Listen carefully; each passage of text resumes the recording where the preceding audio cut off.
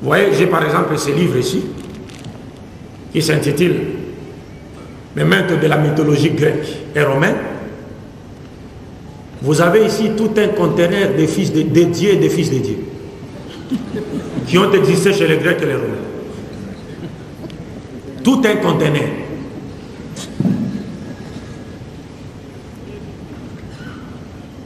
Et ce sont ces gens-là que le Coran nous dit que nos frères de l'autre rive ont imité dans leur égarement jusqu'à conférer à Jésus-Christ les droits à la divinité, plutôt à la filiation divine. Parce que tous les grands personnages de la mythologie gréco-romaine sont à la fois des dieux et des fils de Dieu. Et certains étaient même morts et ressuscités. C'est-à-dire, ils croient. Les Romains croyaient même que certains étaient même morts et ressuscités. Comme croient aujourd'hui les chrétiens, à propos de qui? À propos de Jésus-Christ. Parce qu'ils croient qu'il était mort et ressuscité. Ça existait chez les païens grecs et romains. Et le père de tous les dieux dans la mythologie gréco-romaine, c'est Jupiter, ou le dieu Zeus, qui est lui-même le fils d'un autre dieu, Chronos. Et sa mère, c'est Junon. Et la journée de jeudi lui a été dédiée. Savez-vous que les noms des jours de la semaine sont des noms de divinités païennes? Vous le saviez? Non. Voilà. Donc, les noms des jours de la semaine sont des noms de divinités païennes gréco-romaines. Lundi, c'est la déesse Lune. Mardi, c'est le dieu de guerre chez les Romains et les Grecs. Mercredi, c'est le dieu Mercure. Jeudi, c'est le dieu Jupiter. Vendredi, c'est la déesse de beauté, la déesse Vénus. Samedi, c'est le dieu Saturne. Et le dimanche, c'est le jour du dieu Soleil, qu'adoraient les Romains. Vous comprenez? Et cette journée a été imposée aux chrétiens par l'empereur romain Constantin le Grand, qui adorait le dieu Soleil.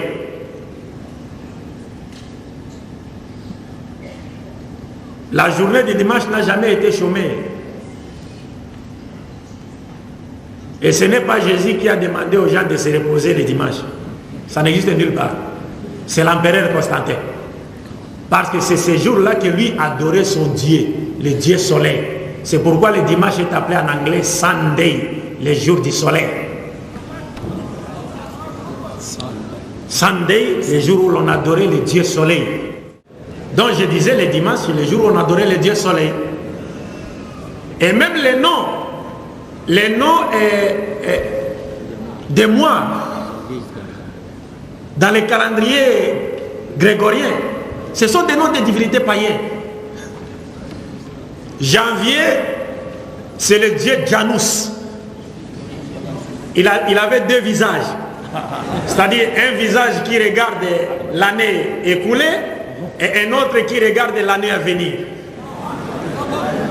Et février, bon, c'est le jour où ils célébraient leur mort, n'est-ce pas? Ils faisaient des incantations, ainsi de suite. Mars, c'est encore le dieu des guerres chez les Romains et les Grecs. C'est pourquoi même le terme art martial est venu de Mars, le dieu de la guerre, l'art de combat. Et avril, c'est la déesse de beauté, Aphrodite. Mai, c'est le dieu Maïa. Juin, c'est la mère de Jupiter, la mère de dieu Jupiter. Ça c'est juin, Junon. Et juillet, c'est le nom de l'empereur Julius Caius Caesar, Jules César. Parce que c'est Jules César qui a corrigé l'antique calendrier romain, qui avait plus de 400 quelques jours. Il a réduit en 365 jours, mais il a commis une erreur. Parce que les années bissextiles venaient au moins 8 ans après, quelque chose comme ça. Donc, à l'honneur à ce qu'il a, en reconnaissance à ce qu'il a fait, donc les Romains lui ont dédié le mois de juillet. Julius Caius Caesar, Jules César. Mais alors, lorsque l'empereur Auguste est arrivé au pouvoir, il a corrigé l'erreur qu'avait commis qui? L'empereur Jules César. Il a corrigé cela et en signe de reconnaissance, les Romains lui ont dédié le mois d'août, Augustus. Ça porte le nom de l'empereur Auguste.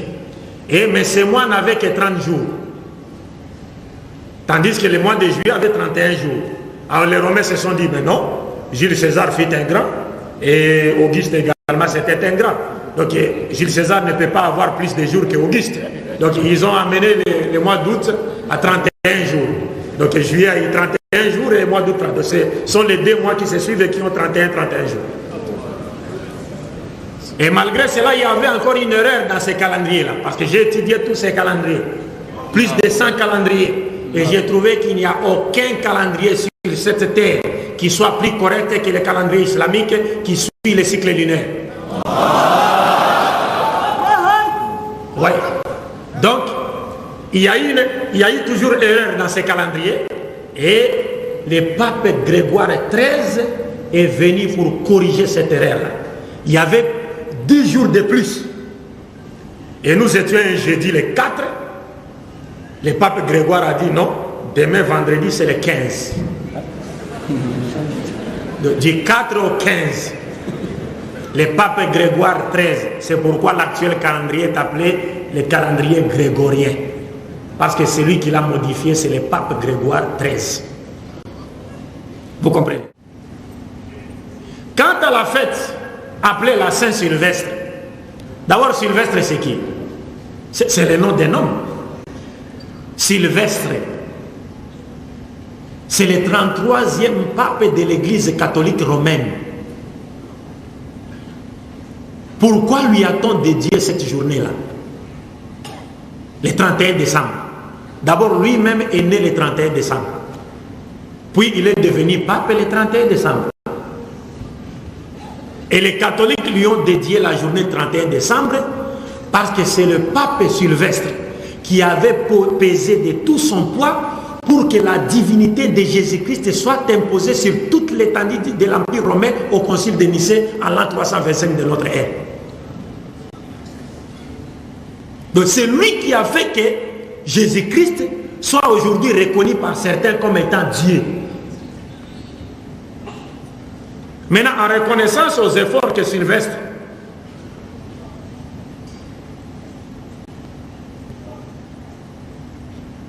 en reconnaissance donc à ses efforts, entre guillemets, n'est-ce pas?